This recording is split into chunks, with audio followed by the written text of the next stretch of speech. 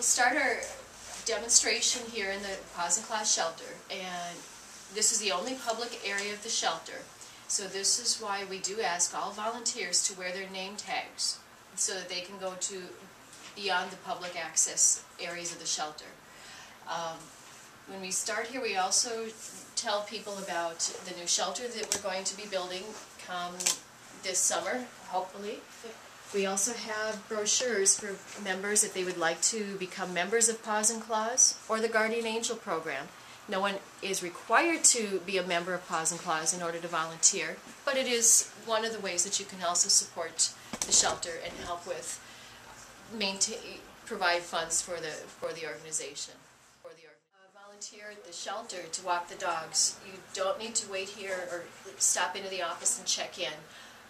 But we'll head across now over to the shelter and see the play area, the facilities outside, and the shelter hallway as we get ready to get to the dogs.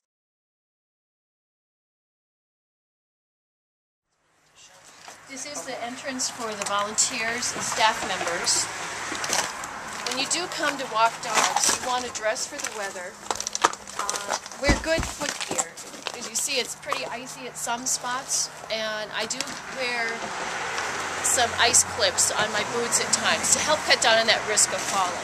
Summertime, I would encourage wearing good, sturdy walking shoes. I would avoid flip-flops because they get excited, and jumping on your feet with some sharp toenails will put some pretty good scratches on it.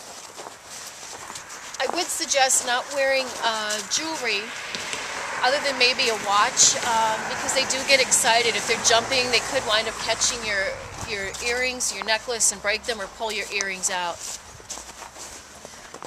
The summertime, a lot of times we get rain, we have puddles in here. Sometimes the dogs are excited coming out, they're thirsty. So we do not want them to drink from the puddles because we don't know if something might have leaked into it, dripped into it from the cars. If they're that thirsty, just take them back into the shelter, take them to their water dish, let them get a drink, and then start out. This is the play area, the play yards for the dogs, and it is staff only. The staff members will take the dogs that are from quarantine over through the gate and into the kennels on the left side. All dogs, when they come to the shelter, go through quarantine until they've gotten all of their vet shots, they've gotten their checkups to be sure that they're healthy. That cuts down on that risk of any illness they're bringing in and infecting the other dogs. The right side of the play yard is for the dogs that are volunteers ready for walking and adoption. The staff do take them out. They can take them through this side or from the kennels, which we'll see on the inside. Again, it is staff only. They work very hard to make sure that the dogs that are in there playing together are compatible and social with each other. So that's why they do keep it down to the staff only to be in that yard with them. When we are coming back from walks, we do want to take several plastic bags for picking up dog droppings. We do want to deposit them into the garbage bin here when we get back. We do need to be responsible about cleaning up after the dogs so we don't lose the privilege of being able to walk in the park with our dogs.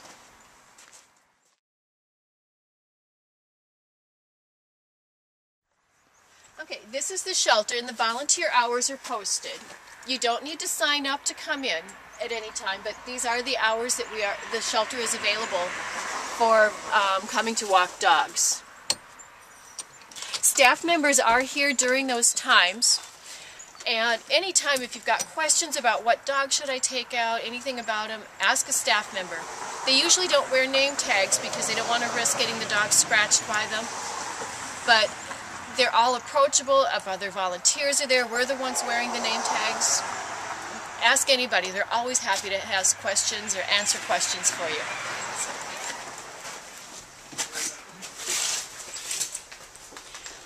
When you come in, we do have a foot bath here that we request that you step into. It's been a bleach towel in there to help clean your boots, your shoes, before coming into the dogs. Also, when you leave, it's a good idea to go ahead and do that also. That just cleans off anything that you might have picked up while you're here at the shelter and risk taking home to your own dogs. Just across from the entranceway is our storeroom, where we have extra dishes, sweaters for the dogs in the back bins if needed, different harnesses, leashes in the bins here, some toys. If you think you might need a different collar, seems too loose on the dog, certainly come back here. Staff or another volunteer will help you find one that fits. That way you can make sure that you've got what you need. The room next to it is a multi-function room. At this time it's being used as storage. We have had litters of puppies in here. Occasionally we've had dogs that are ill from something that are back from surgery and they've been in quarantine to separate them from the others. It works as a multi-function room. If dogs are in here, they may, after surgery or illness, they may put a staff-only sign up here. We never ask volunteers to do anything that they don't want to do. One thing is that you can do as a courtesy for the staff and the dogs is if they've soiled in their kennel, maybe had an accident, if you wouldn't mind cleaning it up, the dogs would appreciate it, the staff would appreciate it, but again, if you don't want to do that, you don't need to. It's just anything that a volunteer feels comfortable and enjoying doing, that's what we ask, what you enjoy doing. Alongside the next room down is also the bathroom, and we always point out to everybody, so if anybody needs it, it's here. Okay. The room at the end of the hallway here is also a multi-function room. This one has been recently a room where we had puppies and a mom with a litter of puppies. If dogs are in here that need to be limited access to people, usually they have a staff-only, a quarantine sign on it. The staff-only signs, if the dogs are in quarantine, they'll have this up. There may be a large stop sign that says quarantine staff only. Please follow the instructions on these signs. If you have any questions, talk with a staff member or another volunteer. They may be up for a variety of reasons. Maybe a dog has just had surgery and is recovering. We want to limit the activity, the excitement. They may have an illness that's very transmissible to the other dogs, and we don't want to risk an epidemic spreading throughout the shelter, causing the dogs possibly in paws and claws thousands of dollars in medical bills because of an illness that we've been able to transmit to the others. So please follow the instructions on the signs. After handling dogs, wash your hands. Usually we have here.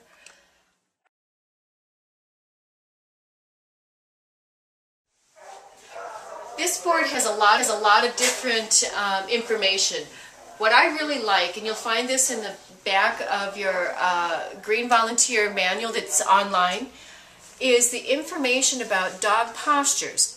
Read over this. It's very informative. It gives you a little bit of more insight about what is the dog doing, what can you expect based on their behavior. Dogs are very much nonverbal, but they can give you so much information, and just watching the body language, the posturing, is very key, and they can help prevent a problem or help give a dog some more confidence if you see that they're having a little bit of difficulty. For example, the head up, the lips back, the ears pointed, the tail very elevated and aggressive. That's a stance. They're not happy. They're ready to fight. Some dogs, the playful bow, you may see them playing in the play yard, trying to encourage another dog to play. The relaxed tail, the bowing down, it's an invitation to play. Very different postures, the dogs read it. That can help prevent problems. Some dogs, occasionally we might put a penny on them when we go to an adoption event just to kind of bring them out their attention, to get their, people to spot them. If you want to put it on them and it's a comfortable weather day, certainly go ahead and do that. Inside the door here is our plastic bin that we have lots and lots of plastic bags that we request that you take several out on a walk. Sometimes the dogs are excited. They're going to have stools, several of them. This way you have plenty to take with. If you have extra bags at home and wonder what to do with, bring them here. We can always make use of them. The easiest way I find to pick up the dog, droppings is first with a plastic bag, make sure it doesn't have a hole in it. I always check that. That is paramount. For me, turning the bag inside out, reaching around, pulling the bag over my hand, and gathering it up that way, and have it secured.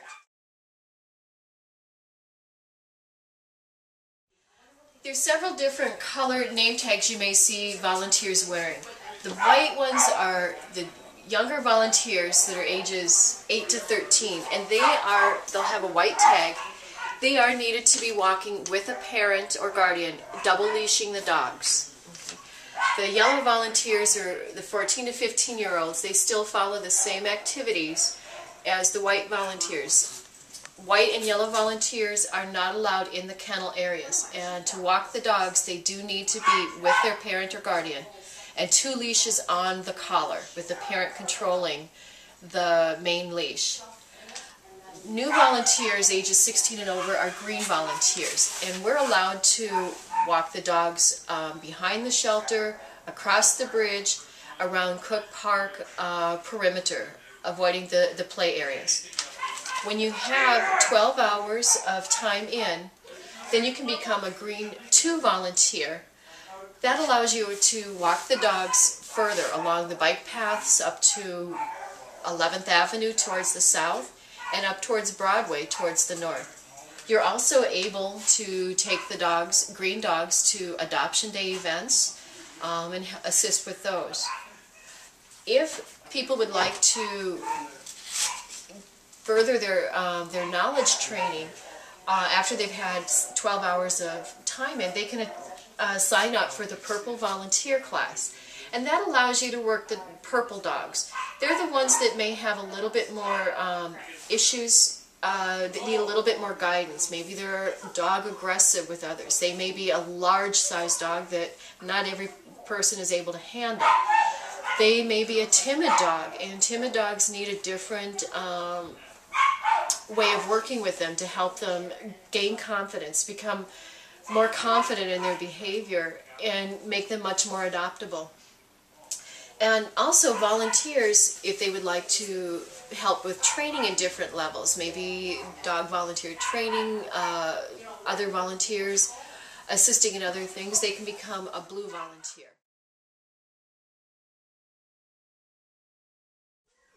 We have a new sign-in method to keep track of hours, and we request volunteers to do that each time they arrive. Now we use the computer, and staff members are certainly always welcome or available to help answer questions about signing in if you have any questions. So you sign in by typing in, following the prompts on the screen, to type in your name. Click on the radio button for today or a different date. The next line can drop down to the time volunteered hours and just kind of guesstimate about how long you might be here.